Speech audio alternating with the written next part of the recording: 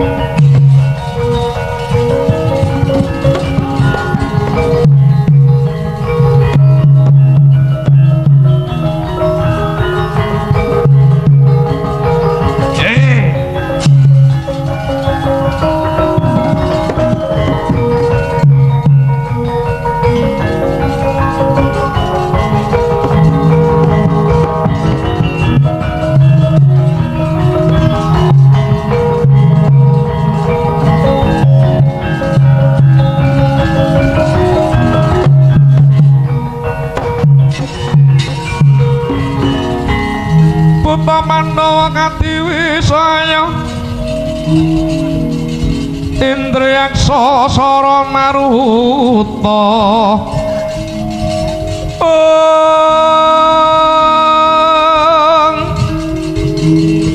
Pawana Vana Margana Samirana lan Warayan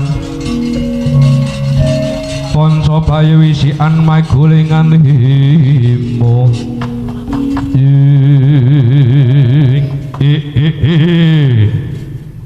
layak alas hawane panas jebul iki ana satriya ingkang lumaku ana telenging wana. Wah wajibe ditakoni luwih dhisik iki Kang. Weh ya jaya ana satriya kok bagus kaya kucu yo Kang. Coba tak kocok Kang. Kuwi jenenge sapa? Tejo-tejo sulaksana tejane wong anyar katon ngarep kinangka mburi kang snedya ya nang ya lik ya Gus tak takoni cara buta tumuling aku. Lamun tambuh marang aku kekasih Raden Harjuna. Sapa pracekanmu yaksa? Raden Harjuna. Iya. Dikya Kalamanda yaksa. Dikya Kalamanda pati. Wih ya daya. Yen to kuwi takon kan aku jenengku Dikya Kalamanda Manda. Sing mburi dhewe kae sapa kae? kaku jeneng kuwi sapa? Aneng buta kaya gendeng ya neng. Jenengku Petruk le.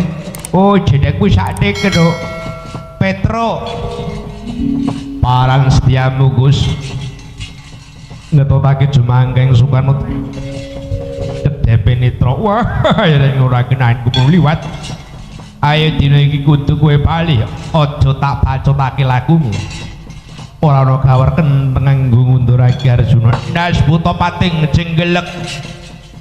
Ndak samparan ndak sandungono rambut buta ngubet padha pangsa selinciping curika. Wah, ya dalah.